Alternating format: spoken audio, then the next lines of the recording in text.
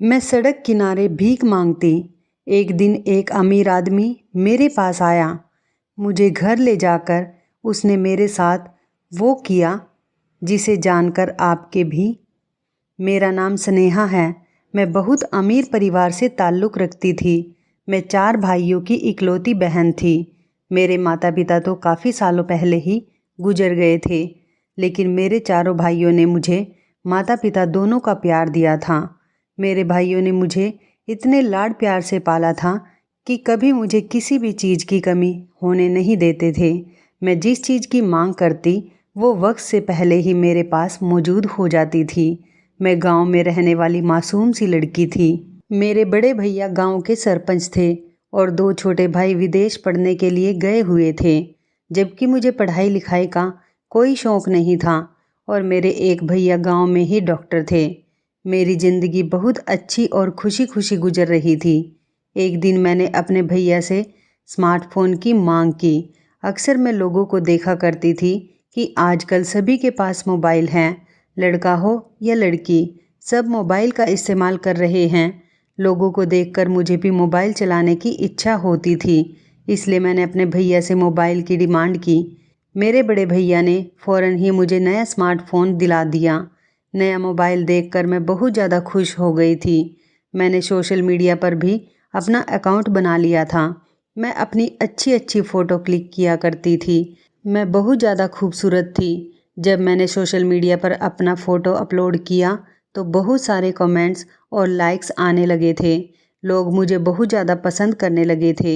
एक दिन social media पर मेरी बात एक अभिषेक नाम के लड़के से हुई। वो लड़का बहुत ज़्यादा समझदार था। उसने मुझे समझाया कि तुम अपने फ़ोटो सोशल मीडिया पर अपलोड मत किया करो। लोग लड़कियों की फ़ोटो का गलत फ़ायदा उठा लेते हैं। तभी मैंने अपने सारे फ़ोटो सोशल मीडिया से डिलीट कर दिए। धीरे धीरे मेरी दोस्ती अभिषेक से बढ़ने लगी और हम दोनों की दोस्ती देखते ही देखते कब प्यार में बदल गई हमें पता ही नहीं चला। मैं रोज़ाना अभिषेक से फ़ोन पर बात किया करती थी और मेरी अभिषेक से चैटिंग भी होती थी। मैं गांव में रहने वाली लड़की थी और अभिषेक शहर का रहने वाला लड़का था। अभिषेक मुझे बहुत प्यार करने लगा था और मैं भी अभिषेक से बहुत प्यार करने लगी थी। हम दोनों एक दूसरे के प्यार में खोते चले जा रहे थे। एक दिन मुझे पता चला कि मेरे भैया ने गांव के ही वकील के साथ मेरा रिश्ता तय कर दिया है, लेकिन मैं तो अभिषेक से प्यार करती थी। फिर मैं किसी और से शादी कैसे कर सकती थी। मैंने अपनी भाभी को अपने बारे में बताया था और ये भी बता दिया था कि मेरी बातचीत अभिषेक से किस तरह से शुरू हुई थी। भाभी ने जब भैया को बताया कि स्नेहा किसी लड़के से प्यार करती है और उस लड़के की बातचीत उससे सोशल मीडिया पर हुई थी, भैया ने मेरे हाथ से मोबाइल छीन लिया। उनका कहना था कि इस लड़के से बातचीत करना बंद कर दो, ऐसे लोगों की बातों में नहीं आते, ऐसे लोग हमेशा धोखा देते हैं। सोशल मीडिया पर रहने वाले ज़्यादातर लड़के लड़कियों को अपने जाल में फंसाकर उन्हें धोखा दे देते हैं, लेकिन अभिषेक ऐसा लड़का नहीं था। मैंने अपने भैया को बहुत यकीन दिलाने की कोशिश की, लेकिन किसी ने मेरी एक ना सुनी। भैया चाहते थे कि मैं अभिषेक को भूल जाऊं, लेकिन मैं ऐसा नहीं कर सकती थी। जब मैंने इस बारे में अभिषेक को बताया तो उसने मुझसे कहा कि तुम अपने घर से भाग जाओ, मैं तुम्हें किसी और का होता हुआ नहीं देख सकता।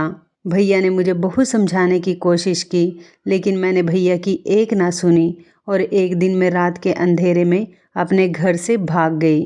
चोरी चुपके जब मैं रात के अंधेरे में अपने घर से भागी तो कोई भी मुझे देख नहीं पाया था और अभिषेक के बताए हुए पते पर चली गई।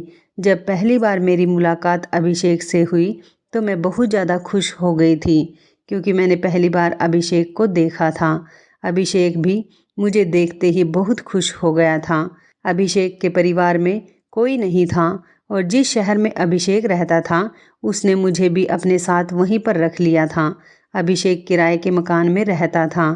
हम दोनों ने एक मंदिर में शादी कर ली। उसके बाद हम दोनों पति पत्नी बन गए और हमारी ज़िंदगी बहुत अच्छी गुजर रही थी। अभिषेक बहुत मेहनती लड़का था। वो अपना काम बहुत मेहनत से करता था। अभिषेक के साथ ज़िंदगी गुजारकर मैं बहुत खुश थी। मैं अपने घर से भागकर आ गई थी। ज़रूर मेरे भाइयों ने मुझे ढूंढने की कोशिश की होगी, लेकिन मुझे उससे कोई फ़र्क नहीं पड़ता था। मैं अपने पति के साथ बहुत ज़्यादा खुश थी। अगर मैं अपना घर छोड़कर नहीं आती तो मेरे भैया मेरी शादी कहीं और कर देते और मैं अभिषेक से अलग होना नहीं चाहती थी। मुझे अभिषेक से इतना ज़्यादा प्यार हो गया था कि मैं अभिषेक के प्यार में दीवानी हो गई थी। अभिषेक मेरी छोटी से छोटी ज़रूरत को पूरा किया करते थे। उनको एहसास था कि मैं उनकी खातिर अपना सब कुछ छोड़कर आई हूँ। अपनी ज़िंदगी का ये फ़ैसला करके मैं कभी भी नहीं पछताई थी। लेकिन एक दिन मेरे साथ ऐसा हुआ जो शायद कभी मैंने सोचा भी नहीं था। मेरी खुशियों को अचानक ही किसी की नज़र लग गई थी। एक दिन मेरे पास फ़ोन आया कि आपके पति का एक्सीडेंट हो गया है। मेरे तो पैरों तले से ज़मीन निकल गई थी। मैं भागते हुए अस्पताल गई तो मैंने देखा कि मेरे पति ने मौत को गले लगा लिया है। मेरे पति की जान चली गई थी। इसका मतलब मेरी तो सारी ज़िंदगी ही उजड़ गई थी। जिसके खातिर मैं गांव से शहर आ गई थी, आज वो मुझे इस दुनिया में अकेला छोड़कर चला गया था। रो रो कर मेरा तो बुरा हाल हो गया था। मैंने अपने पति का अंतिम संस्कार किया। मेरे पति का इस दुनिया में कोई और नहीं था और अब तो मेरा भी इस दुनिया में मेरे पति के अलावा कोई नहीं था और वो भी अब मुझे छोड़कर चले गए थे। अब मैं बिल्कुल अकेली रह गई थी। मैं तो ज़्यादा पढ़ी लिखी भी नहीं थी और मैंने सोचा भी नहीं था कि मेरे साथ ऐसा भी हो सकता है। मेरी सारी आईडी वगैरह सब मेरे भाइयों के घर पर ही मौजूद थी। मैं कहीं नौकरी भी नहीं कर सकती थी क्योंकि मेरे पास मेरी पहचान के लिए कोई सबूत नहीं था, क्योंकि अभी मेरी शादी को सिर्फ 2 महीने ही गुजरे थे। अभिषेक के मरने के बाद मैंने अपने भैया से कांटेक्ट करने की बहुत कोशिश की तो उन्होंने मुझे साफ इनकार कर दिया कि तुम हमारे लिए मर चुकी हो और अब वापस कभी तुम्हें हमारे घर आने की कोई ज़रूरत नहीं। और हमने सारे गांव में ये खबर फैला दी है कि तुम मर चुकी हो। यहाँ तक कि हमने किसी की झूठी लाश लाकर ये कह दिया था कि ये तुम हो और एक हादसे में तुम्हारी मौत हो गई। वैसे तो मुझे पता था कि मुझे अपने भाइयों से यही जवाब मिलेंगे, लेकिन अब मैं अपनी ज़िंदगी कैसे गुजारती। मुझ पर तो परेशानियों के पहाड़ टूट पड़े थे। अभिषेक को मरे हुए 1 महीना हो चुका था। कुछ दिनों तक तो आस पड़ोस के लोग मेरी मदद करते रहे, लेकिन कोई किसी की कब तक मदद कर सकता है। मैं घर की कोई ना कोई चीज़ बेचकर अपना गुजारा करती रहती थी, लेकिन मकान मालिक ने किराया ना देने की वजह से मुझे घर से निकाल दिया। अब मेरे पास बेचने के लिए भी कुछ नहीं बचा था। मैं बहुत ज़्यादा परेशान होने लगी थी। यहाँ तक कि मेरी ज़िंदगी के इतने बुरे दिन आ गए थे कि मैंने सड़कों पर भीख मांगना शुरू कर दिया था। कोई मुझे खाना दे दिया करता था तो मैं खा लिया करती थी, वरना मैं भूखी फिरती रहती थी। मेरी ज़िंदगी बद से बदतर होती चली जा रही थी। एक दिन मैं सड़क के किनारे बैठी हुई भीख मांग रही थी। मेरे पास रहने के लिए भी कोई ठिकाना नहीं था, इसलिए मैं सड़कों पर बैठकर अपना दिन और रात गुजार दिया करती थी। उस दिन एक आदमी ने मुझे भीख दी। मैं भूख से मरने वाली थी। मैंने उस आदमी के पैर पकड़ लिए। मैं कहने लगी कि साहब, मैंने 2 दिन से कुछ नहीं खाया है, प्लीज़ मुझे कुछ खाने के लिए दे दो। मैं बहुत ज़्यादा परेशान हूँ। मेरे पास रहने का कोई ठिकाना भी नहीं है। जहाँ पर मैं रहती थी वहाँ के मकान मालिक ने मुझे घर से निकाल दिया। मैं किराए पर रहा करती थी और रूखी सूखी रोटी खाकर अपना गुजारा कर रही थी। अब तो घर में वो रूखी सूखी रोटी भी ख़त्म हो गई थी, इसलिए मैंने सड़कों पर भीख मांगना शुरू कर दिया। प्लीज़ साहब, मुझे कुछ खाने के लिए दे दो, वरना मैं भूखी मर जाऊंगी। उस आदमी ने मुझसे कहा, क्या तुम मेरे घर चल सकती हो? यह सुनकर तो मैं हैरान रह गई थी। उसने मुझसे कहा कि मेरी मजबूरी है, मेरी पत्नी मर चुकी है। मैं चाहता हूँ तुम मेरे बच्चे की परवरिश करो। मेरे पास एक बेटा है जिसकी उम्र 1 साल है। अगर तुम उसकी परवरिश कर सकती हो तो मैं तुम्हें घर में खाने पीने के लिए सब कुछ दे दूँगा और तुम्हारी ज़िंदगी भी संवर जाएगी। वैसे भी मेरी ज़िंदगी बहुत ज़्यादा ख़राब हो गई थी। मेरे पास रहने के लिए भी कोई ठिकाना नहीं था। अब मैं दर दर की ठोकरें खा रही थी। कोई मुझे खाना खिला देता था तो खा लेती थी, और अगर कोई मुझे खाना नहीं देता था तो मैं भूखी फिरती थी। यही सब सोचते हुए मैं उस आदमी के साथ जाने के लिए तैयार हो गई थी। वैसे भी मुझे उस टाइम खाने के अलावा कुछ नज़र नहीं आ रहा था, इसलिए मैं फ़ौरन राज़ी हो गई और उस आदमी के साथ उसके घर चली गई। उसका घर बहुत बड़ा था और वो बहुत अमीर आदमी था। उसके घर में उसके अलावा कोई नहीं था, सिर्फ एक छोटा सा बच्चा था जिसकी उम्र 1 साल थी। उस आदमी ने मुझे खाना खिलाया और कहने लगा कि आराम से पेट भर कर तुम खाना खा लो। पहले तो मैंने पेट भर के खाना खाया। उस आदमी को भी मुझे देखकर ये एहसास हो गया था कि मैं बहुत ज़्यादा भूखी हूँ, इसलिए उसने मुझसे कोई भी सवाल नहीं किया। खाना खाने के बाद उसने मुझसे पूछा कि अब तुम बताओ कि तुम कौन हो, अपने बारे में मुझे सब कुछ बताओ। मेरी आंखों के सामने मेरा बीता हुआ कल घूम रहा था। मैं सोच रही थी कि मैं किस तरह से इस आदमी को बीते हुए कल के बारे में बताऊं और कैसे बताऊं कि मैं कौन हूं।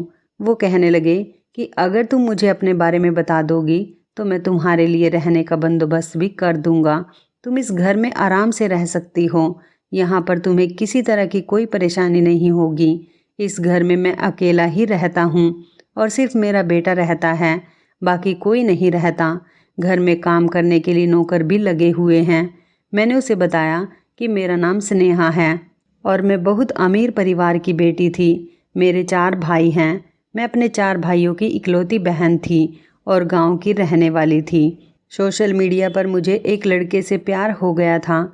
उसी के खातिर मैं अपना गांव छोड़कर यहाँ पर आ गई थी। यहाँ आने के बाद मेरी ज़िंदगी बहुत अच्छी चल रही थी। फिर एक दिन एक एक्सीडेंट में मेरे पति की मौत हो गई और मेरे ऊपर परेशानियों के पहाड़ टूट पड़े और मेरी मजबूरियों ने मुझे सड़क के किनारे भीख मांगने पर मजबूर कर दिया। 2 दिन से मैंने कुछ नहीं खाया था, इसलिए आपके पैरों में गिरकर आपसे भीख मांग रही थी। अगर आप मेरी मदद नहीं करते तो मैं भूख से मर जाती। उस आदमी ने कहा कि आप मेरे घर में आराम से रह सकती हो, लेकिन आपको इसके बदले में मेरे बेटे की अच्छी तरह से परवरिश करनी होगी। मैं आपको खुश कर दूंगा।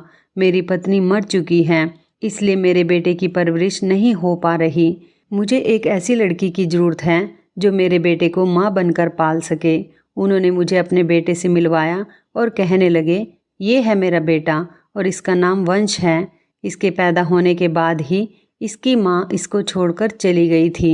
मैंने उस आदमी के बेटे को गोद में लिया और प्यार करने लगी और कहने लगी कि आज अगर मेरा बेटा होता तो वो भी इसके ही जैसा होता। शादी के 1 महीने बाद ही मैं भी प्रेग्नेंट हो गई थी, लेकिन मेरा मिसकैरेज हो गया था। इस वजह से मैंने अपने बच्चे को खो दिया। मैं आपसे वादा करती हूँ, मैं आपके बेटे को अपना बेटा समझकर ही इसकी परवरिश करूँगी। वंश का ख्याल रखने में मुझे बहुत खुशी मिलती थी। मेरी जिम्मेदारी सिर्फ इतनी थी कि मुझे वंश का ख्याल रखना था, टाइम से उसको खाना खिलाना, टाइम से उसको सुलाना और उसके कपड़े वगैरह चेंज करना। बाकी घर के हर काम के लिए घर में नौकरानी मौजूद थी। एक दिन मैं सुबह उठी तो मैंने देखा कि वंश बिस्तर से गायब था। मैं उठकर बाहर आई और फिर मैंने साहब से पूछा कि साहब वंश कहाँ है? वो अपने बिस्तर पर नहीं है। साहब ने मुझे बताया कि शाम तक वो घर वापस आ जाएगा। मैंने साहब से कई बार पूछा कि आखिर वो कहाँ पर गया है और शाम तक वो कहाँ रहेगा, लेकिन उन्होंने मुझे कुछ भी नहीं बताया। वो घर के मालिक थे, इसलिए मैं ज़्यादा उनसे जिद भी नहीं कर सकती थी, क्योंकि अगर वो मुझे घर से निकाल देते तो फिर मैं कहाँ जाती। रोज़ शाम के टाइम तक वंश घर पर आ जाता था और रात को जब मैं उसे सुला दिया करती थी और सुबह उठकर देखती तो वंश अपने बिस्तर से गायब होता था, लेकिन शाम को तो वो आ जाता था। मैं जब भी साहब से वंश के बारे में पूछती थी तो साहब मुझे कोई जवाब नहीं देते थे और कह दिया करते थे कि मैंने तुमसे कहा है ना कि तुम इस मसले से दूर रहो, इस बारे में तुम ज़्यादा जानने की कोशिश मत किया करो कि वो कहाँ पर जाता है। इस बात से तुम्हारा कोई लेना देना नहीं। तुम्हारा काम सिर्फ बच्चे की देखभाल और उसकी अच्छी परवरिश करना है। जो काम तुम्हें दिया गया है तुम बस वही करो। उसके बाद मैंने उनसे कुछ भी पूछना छोड़ दिया था। एक रात जब मैं वंश के साथ सो रही थी तो आधी रात में मेरी आँख खुली और मैंने देखा कि वंश बिस्तर पर ही मौजूद था। मैं जागती रही और अचानक ही किस टाइम मेरी आँख लग गई मुझे पता ही नहीं चला और सुबह को रोज़ की तरह वंश बिस्तर पर मौजूद नहीं था और मैं उठकर बाहर आ गई। मैंने बाहर आकर देखा तो साहब बैठे हुए थे और साहब मेरी तरफ पीठ किए हुए बैठे थे। मैं नंगे पैर बाहर आई थी, इसलिए साहब को मेरे कदमों की आवाज़ भी नहीं आई थी। साहब अपना फ़ोन चलाने में बिजी थे और मैं उनका हुलिया देखकर हैरान रह गई थी और डरने लगी थी और मैं वापस अपने कमरे में चली गई। इससे पहले तो मैंने कभी सोचा ही नहीं था कि साहब आखिर क्या काम करते हैं। मुझे तो सिर्फ अपने काम करने से ही मतलब था। मुझे तो इस घर में हर चीज़ मिल रही थी, इसलिए मैंने ज़्यादा इस बारे में सोचा नहीं था। लेकिन एक दिन मैंने वहाँ पर काम करने वाली नौकरानियों से साहब के बारे में पूछना शुरू किया। उनसे पूछा कि आखिर साहब क्या काम करते हैं। तो वहाँ की एक नौकरानी ने मुझे बताया कि साहब पुलिस इंस्पेक्टर हैं। ये सुनकर मैं हैरान रह गई थी कि मैं एक पुलिस वाले के घर में रह रही हूँ। मैंने सोचा कि तभी उन्होंने मेरी मदद की होगी। मैं ऐसी हो गई जैसे मुझे साहब के काम के बारे में कुछ पता ही नहीं। ये बात मैंने साहब को जाहिर नहीं होने दी। अगर उन्हें पता चल जाता कि मैं उनके बारे में सब जान गई हूँ तो ना जाने वो मेरे साथ क्या करते। इसलिए मैं खामोश हो गई थी। एक दिन मैंने साहब की टेबल पर एक फ़ाइल रखी हुई देखी। उस फाइल को उठाकर मैं अंदर कमरे में रखने जा रही थी। तभी अचानक वो फाइल मेरे हाथ से गिर गई और उसमें से बहुत सारे पेपर्स भी निकल गए। उन पेपर्स को इकट्ठा किया तभी मेरी नज़र फाइल से गिरे हुए एक फ़ोटो पर पड़ी। जब मैंने वो फ़ोटो देखी तो फ़ोटो देखते ही मेरे पैरों तले से ज़मीन निकल गई थी। फ़ोटो किसी और की नहीं बल्कि मेरे पति की थी। ये देखकर मैं हैरान रह गई थी कि मेरे पति की तस्वीर आखिर यहाँ पर क्या कर रही है। मैंने सोचा कि अगर साहब को पता चल गया कि मैंने ये फ़ोटो देख ली है या फिर ये पता चल गया कि इस फ़ोटो में जो आदमी है मैं उसकी पत्नी हूँ तो वो मुझे नहीं छोड़ेंगे। उस टाइम डर की वजह से मैंने जल्दी जल्दी सारी चीज़ें एक साथ इकट्ठी की और उस फाइल को तैयार करके साहब के कमरे में रख कर वापस आ गई थी। लेकिन अब मुझे डर लगने लगा था और सबसे बड़ी फ़िक्र की बात तो यह थी कि मुझे अपनी जान का खतरा हो गया था और इसके बावजूद भी मैं यहाँ से नहीं जा सकती थी क्योंकि इस घर के अलावा मेरा कोई और ठिकाना नहीं था और मुझे उस बच्चे से प्यार हो गया था। ऐसा लगता था जैसे ये बच्चा मेरा ही है। इस बच्चे से मुझे दिली लगाव हो गया था और इसके अलावा मुझे इस फ़ोटो का राज भी जानना था। आखिर इस पुलिस वाले आदमी के पास मेरे पति का फ़ोटो कैसे आया। मुझे डर लग रहा था कि कहीं कुछ गड़बड़ ना हो जाए, कहीं ऐसा ना हो कि मेरे भाइयों ने अभिषेक को ढूंढने के लिए इस पुलिस वाले को रिपोर्ट लिखवाई हो। लेकिन मेरे भाइयों ने तो अभिषेक को देखा ही नहीं था। मेरी कुछ भी समझ में नहीं आ रहा था। न जाने मेरे दिमाग में क्या क्या ख्याल आ रहे थे। उस आदमी से पूछने की तो मेरे अंदर हिम्मत ही नहीं थी। मुझे यहाँ पर रहते हुए 4 महीने हो गए थे। उस बच्चे ने अब मुझे मम्मी कहना शुरू कर दिया था। मैंने उसे बहुत मना किया कि वो मुझे मम्मी ना कहा करे, लेकिन फिर भी वो मुझे मम्मी ही कहता था। साहब को भी इस बात से कोई ऐतराज़ नहीं था। मुझे भी बच्चे से बहुत ज़्यादा प्यार हो गया था। उसके बाद भी 2-3 बार ऐसा ही हुआ कि रात को मेरी आँख खुलती और वंश मेरे साथ ही सो रहा होता था। लेकिन जब सुबह मैं उठती थी तो वंश बिस्तर से गायब होता था और जो तस्वीर मैंने उस फाइल में देखी थी, क्या वो एक सपना था? लेकिन वो सपना नहीं था। मेरे पति की तस्वीर यहाँ पर होना वाकई हैरत की बात थी। एक दिन हिम्मत करके मैंने उस आदमी से अभिषेक की फ़ोटो के बारे में पूछा कि ये किसकी फ़ोटो है और आप क्या काम करते हो। तो उन्होंने मुझे बताया कि ये तस्वीर लड़कियों के साथ फ्रॉड करने वाले की है। ये लड़का सोशल मीडिया के ज़रिए अलग अलग लड़कियों से दोस्ती करके उन्हें अपने जाल में फंसाता और उनके साथ शादी का नाटक करता और कुछ दिन के बाद उनको छोड़ देता या किसी भी तरह अपने आप को उन लड़कियों के सामने मरा हुआ साबित कर देता। पुलिस चौकी में इस लड़के की शिकायत अलग अलग जगह से आई। इस केस की तहकीकात की जिम्मेदारी मुझे ही दी गई है क्योंकि मैं पुलिस इंस्पेक्टर हूँ और मैं इस लड़के की तलाश कर रहा हूँ। खुफिया पुलिस इस लड़के को ढूंढ रही है और बहुत जल्दी ये लड़का हमारी गिरफ्त में होगा। तब मैंने भी हिम्मत करके उनको ये बताया कि ये ही तो मेरा पति था जो रोड एक्सीडेंट में मारा गया था और इसके साथ मेरी दोस्ती सोशल मीडिया पर ही हुई थी। इसी के लिए मैंने अपने भाइयों को धोखा दिया था और घर से भागकर इससे शादी कर ली थी। लेकिन मैं तो आज तक भी इसके मरने का दुख मना रही हूँ फिर उस आदमी ने मुझे अभिषेक के बारे में बहुत सी ऐसी बातें बताई जो मैं सोच भी नहीं सकती। वो तो जुर्म की दुकान था, ऐसा कोई गलत काम नहीं था जो अभिषेक ने ना कर रखा था। मैं ये सुनकर अपने आप से नफ़रत करने लगी और मुझे इस बात का बहुत पछतावा हुआ कि मैंने अपने भाइयों को धोखा दिया था और चोरी छिपे अभिषेक के साथ शादी की थी। अब तो मैं अपने भाइयों को मुंह दिखाने के काबिल भी ना थी, क्योंकि मेरे भाइयों ने अभिषेक से मिलने के लिए मुझे मना किया था। अब मैं अभिषेक की सच्चाई जानकर अंदर ही अंदर घुटती जा रही थी। फिर एक दिन वंश के पापा ने बताया कि उन्होंने अभिषेक को पकड़ लिया था, लेकिन उसने पुलिस कस्टडी से भागने की कोशिश की और उस पर उसी टाइम गोली चला दी गई और वो मारा गया। ये सुनकर मुझे समझ नहीं आ रहा था कि मैं इस बात का दुख मनाऊं या खुशी। मैंने तो अभिषेक से सच्चा प्यार किया था और उसके लिए सब कुछ छोड़ दिया था, लेकिन बदले में उसने मेरे साथ धोखा किया था। मगर मैं ये कैसे भूल गई कि मैंने भी तो अपने भाइयों को धोखा ही दिया था, तो मुझे भी तो आगे धोखा ही मिलता। मैं अभिषेक के साथ खुश कैसे रह सकती थी, जबकि मैंने अपने ही भाइयों को दुख दिया था। अब मैं पछतावे की आग में जल रही थी। मेरा अब जीने का कोई मन ना था, लेकिन वंश को मेरी ज़रूरत थी, क्योंकि उसकी माँ मर चुकी थी और मेरा वंश से बहुत लगाव हो गया था। बस मैं उसके लिए जिए जा रही थी। एक दिन मुझे साहब ने एक मोबाइल दिया और कहा कि अगर तुम्हें किसी से बात करने की ज़रूरत पड़े तो तुम इससे बात कर सकती हो। एक दिन मेरे मोबाइल पर किसी का फ़ोन आया। मैं काम में बिजी थी, इसी वजह से कॉल नहीं उठा पाई, क्योंकि मेरा फ़ोन कमरे में पड़ा हुआ था। जब मैं बाहर आई और मैंने अपना मोबाइल देखा तो मोबाइल में किसी अनजान नंबर से कॉल आई हुई थी।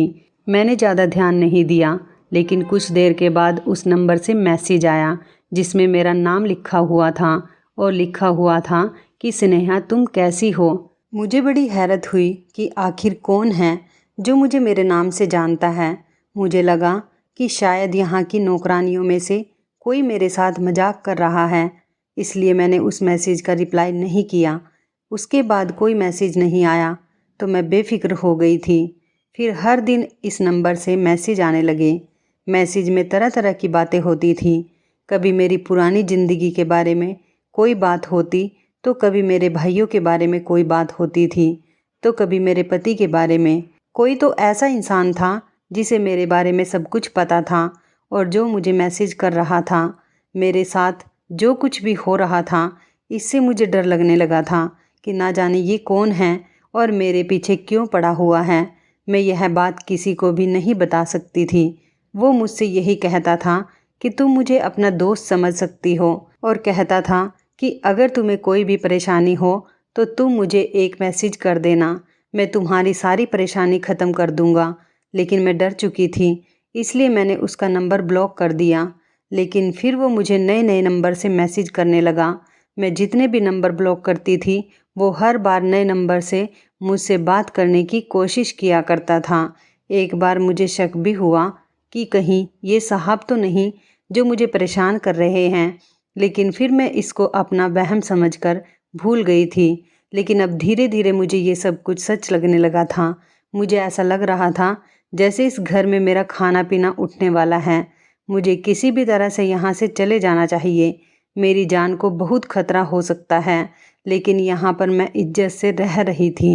मुझे साहब पर शक हुआ तो मैंने साहब पर नज़र रखना शुरू कर दिया था, लेकिन मुझे ऐसा लगता था कि वही एक ऐसे इंसान हैं जो मेरे बारे में सब कुछ जानते हैं।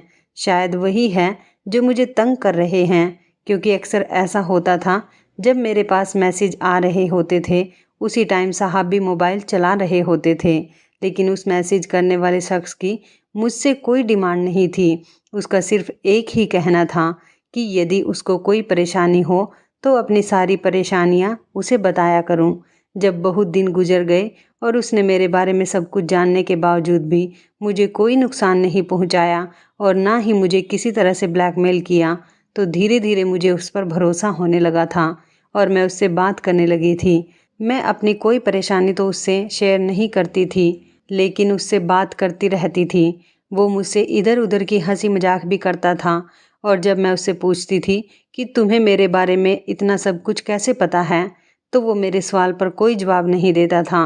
इस दुनिया में मेरा तो अब कोई नहीं था, इसलिए मेरी उससे अच्छी दोस्ती हो गई थी। मैं कोशिश करती थी कि किसी के सामने उससे बात ना किया करूं, इसलिए मैंने उसको ये बात भी बता दी थी कि किसी के सामने उससे ज़्यादा बात नहीं कर सकती। इस बात पर उसने मुझसे कहा था कि कोई बात नहीं, मैं इस बात का ख्याल रखूँगा। मैं उसको ज़्यादा तो नहीं जानती थी, पता नहीं जो कुछ उसने मुझे अपने बारे में बताया था वो सच भी था या नहीं, इस बारे में मैं कुछ नहीं जानती थी। मैं सारा दिन अकेले बोर रहती थी। वंश भी शाम को ही घर लौटता था और घर के काम भी नौकर किया करते थे। 2-3 दिन से वो मुझसे कह रहा था कि वो मुझसे मिलना चाहता है, लेकिन मैं उससे मिलने के लिए तैयार नहीं थी क्योंकि मैं घर से बाहर नहीं निकलती थी। उसका कहना था कि वो खुद मेरे घर मुझसे मिलने के लिए आएगा। मैंने उसकी बात को इग्नोर कर दिया क्योंकि उसे नहीं पता था कि मैं कहाँ पर रहती हूँ। एक दिन शाम को वंश और साहब एक साथ घर में चलते हुए आए थे। मैंने साहब से एक बार फिर पूछा कि वंश सारा दिन किसके पास और कहाँ रहता है, तो इस बार उन्होंने मुझे बता ही दिया कि मैं वंश को डे केयर स्कूल में छोड़ आता हूँ ताकि इसे किसी की ज़रूरत ना पड़े और इसे माँ की कमी महसूस ना हो। और साहब ने मुझसे ये भी कहा कि शाम के खाने का इंतज़ाम करो क्योंकि मेरा बेस्ट फ्रेंड आज घर आ रहा है, इसलिए मैं चाहता हूँ कि तुम अपने हाथ से उसके लिए टेस्टी खाना बनाकर तैयार करो। मैंने साहब से कहा कि ठीक है, मैं खाना बनाकर तैयार कर दूँगी। मैंने काफ़ी सारी डिशेज़ तैयार कर दी थी। 3 घंटे बाद ही बाहर से किसी के बोलने की आवाज़ आने लगी। मुझे लगा कि शायद मेहमान आ गए हैं। मैं अपने काम में इतनी बिजी हो गई थी कि उस फ़ोन वाले लड़के को ही भूल गई थी। उसने कहा था कि वो मुझसे मिलने के लिए आएगा। खाना तैयार करने के बाद जब मैं किचन से बाहर निकली तो नीचे हॉल में बैठे हुए इंसान को देखकर मेरे पैरों तले से ज़मीन निकल गई थी। मैं तो देखती ही रह गई थी कि आखिर मेरे सामने कौन है। मैं दंग रह गई थी। मैं खुद को होश में लाने की कोशिश कर रही थी, लेकिन मुझे होश नहीं आ रहा था। कुछ देर के बाद मैं बेहोश हो गई और जब मुझे होश आया तो मैं अपने कमरे में बिस्तर पर लेटी हुई थी। साहब और वो इंसान मेरे बिस्तर के पास खड़ा हुआ था। वो इंसान कोई और नहीं बल्कि मेरा भाई था। मेरा भाई मेरी तरफ गौर से देख रहा था और उनकी आंखों में मुझे आंसू नजर आ रहे थे। मेरी आंखों में भी आंसू आ गए थे और मैं उनको छूकर देख रही थी। मुझे यकीन हो गया था कि वो सच में मेरे से मिलने आए हैं और मेरे सामने बैठे हैं। मैं उनके गले से लगकर खूब रोने लगी और उनसे माफ़ी मांगने लगी। मैं ज़ोर ज़ोर से रो रही थी। वो सब याद करके मुझे बहुत ज़्यादा तकलीफ़ हो रही थी। मेरे साथ जो भी हुआ था वह सब कुछ मुझे याद आने लगा था। मैंने भाई से पूछा कि आप यहाँ कैसे, आपको मेरा पता किसने दिया? तो मेरे भैया कहने लगे कि कुछ दिन पहले एक पुलिस इंस्पेक्टर का हमारे घर फ़ोन आया और वो तुम्हारे बारे में बताने लगा। तुम्हारे बारे में बात सुनकर हमने उनको कहा कि तू हमारे लिए मर चुकी हो, हमारा तुम्हारे साथ कोई रिश्ता नहीं है। हमारी बात सुनने के बाद उस पुलिस इंस्पेक्टर ने हम चारों भाइयों को बहुत समझाया कि अक्सर ऐसी गलतियां हो जाया करती हैं। आजकल सोशल मीडिया पर इतने फ्रॉड आ गए हैं कि हमें खुद सावधान रहने की ज़रूरत है। आपकी बहन मासूम थी, इसलिए किसी के झांसे में आकर गलत काम कर बैठी, लेकिन अब उसे अपनी गलती का बहुत पछतावा है। उन्होंने हमें तुम्हारे बारे में सब कुछ बताया। उनकी बात सुनकर हमसे रहा ना गया क्योंकि हम सभी भाइयों की तुम इकलौती बहन थी और हम सब तुमसे बहुत प्यार करते हैं। तुम्हारे बिना हमारे घर का आंगन सूना हो गया है। तुम्हारे प्रति अपने मन में नफरत पैदा करने की बहुत सोची, लेकिन तुम्हें अपने दिलों से निकाल ना पाए। अपने भाई की बात सुनकर मुझे अपने आप से घिन सी होने लगी, लेकिन जो कुछ हो गया था मैं उसे बदल तो नहीं सकती थी, लेकिन मुझे अपने भाइयों का प्यार वापस मिल गया था। मैं अपने भाई की एक बात से बहुत हैरान हुई जब उन्होंने मुझे बताया कि हमारे घर आने वाला पुलिस इंस्पेक्टर कोई और नहीं बल्कि वंश के पापा ही थे। वंश के पापा ने हमें तुम्हारे बारे में सब बताया और ये भी कहा कि यदि आप राजी हो तो मैं आपकी बहन से शादी करना चाहता हूँ क्योंकि मेरा बच्चा स्नेहा के साथ काफ़ी अटैच हो गया है और स्नेहा भी उसे माँ की तरह प्यार करती है और मैं नहीं चाहता कि एक बार फिर से उसकी माँ उससे दूर हो जाए। इन्होंने ही हमें तुम्हारा फ़ोन नंबर दिया और मैं ही तुमसे फ़ोन पर बात करता था। मैं चाहता तो फ़ोन पर ही तुम्हें अपने बारे में बता देता, लेकिन वंश के पापा ने ऐसा करने से हमें मना कर दिया था, क्योंकि तुम बहुत डरी हुई और सदमे में थी। और फिर कुछ टाइम बीतने के बाद इन्होंने ही मुझे अपने घर बुलाया था। मेरे दूसरे भाई भी इसी बीच वहाँ आ गए थे। मेरे सारे भाई मुझसे कहने लगे कि हमें वंश के पापा बहुत भले इंसान लगे। अब अगर तुम्हारी राजी हो तो हम तुम्हारी शादी इनसे करना चाहते हैं, ताकि तुम्हारी ज़िंदगी में भी सुख आ जाए। मैंने भी शादी के लिए हाँ कर दी, क्योंकि अब मेरे लिए भी वंश से दूर रह पाना मुश्किल था। मेरे भाइयों ने मुझे माफ़ कर दिया था और मेरी शादी वंश के पापा से करा दी थी। अब वंश को भी डे केयर स्कूल जाने की ज़रूरत नहीं थी, क्योंकि अब उसे स्नेहा के रूप में माँ मिल गई थी। बीते वक्त की यादें धुंधली पड़ने लगी थी। कुछ समय गुजरने के बाद मेरी लाइफ में सब कुछ ठीक हो गया था। वंश के पापा मेरी बहुत इज्जत और मान सम्मान करते थे। मैं भी उनकी बहुत इज्जत करती थी। हमारी शादी को 2 साल हो चुके थे। 2 साल बाद मैंने एक बेटी को जन्म दिया। अब वंश को भी एक छोटी बहन मिल गई थी। अब हमारा परिवार पूरा हो चुका है और मैं अपनी ज़िंदगी में बहुत खुश थी। दोस्तों, मैं आपसे यही कहना चाहूँगी कि जितना प्यार आपसे आपके भाई बहन माँ बाप करते हैं, उतना प्यार आपसे दूसरा कोई ही कर सके। इसलिए हमेशा अपने माँ बाप भाई बहन के फैसले की कदर करो। वो आपके लिए अच्छा ही करेंगे। दूसरा या बाहर का कोई भी व्यक्ति आपके लिए इतना नहीं सोचेगा जितना आपके घर के लोग आपके बारे में ख्याल करेंगे। इसलिए सोशल मीडिया हो या आपके आसपास हो, किसी के भी बहकावे में आकर कभी गलत कदम ना उठाओ, वरना पछताने के अलावा कुछ नहीं मिलेगा। दोस्तों, मेरी किस्मत अच्छी थी कि मेरे भाइयों ने मुझे माफ़ करके अपना लिया था, लेकिन सबके भाई ऐसे नहीं होते कि उनको दोबारा मौका दें। इसलिए कोई भी कदम उठाने से पहले अच्छी तरह से सोच विचार कर लेना चाहिए। तो इस कहानी के बारे में आपकी क्या राय है, कमेंट करके ज़रूर बताइएगा। दोस्तों, आपको हमारी ये मज़ेदार कहानी कैसी लगी, आप हमें कमेंट बॉक्स में ज़रूर बताएं। यदि आपके पास भी ऐसी कोई प्यारी सी कहानी है या फिर ऐसी कोई कहानी जिससे कुछ शिक्षा मिले, तो आप हमारे साथ उसको ज़रूर शेयर करें। दोस्तों, यदि आपको हमारी ये वीडियो अच्छी लगे तो आप हमारी इस वीडियो को लाइक शेयर ज़रूर करें और ऐसी ही दिल को छू लेने वाली प्रेरणादायक कहानियाँ सुनने के लिए हमारे चैनल को भी सब्सक्राइब करें। और यदि आप हमें फेसबुक पर देख रहे हैं तो आप हमारे फेसबुक पेज को लाइक और फॉलो ज़रूर करें। तो दोस्तों, फिर मिलते हैं ऐसी ही ज़बरदस्त कहानी या टिप्स के साथ नई वीडियो में। तब तक के लिए धन्यवाद। आप सभी अपना ख्याल रखना। आपका दिन शुभ व मंगलमय हो।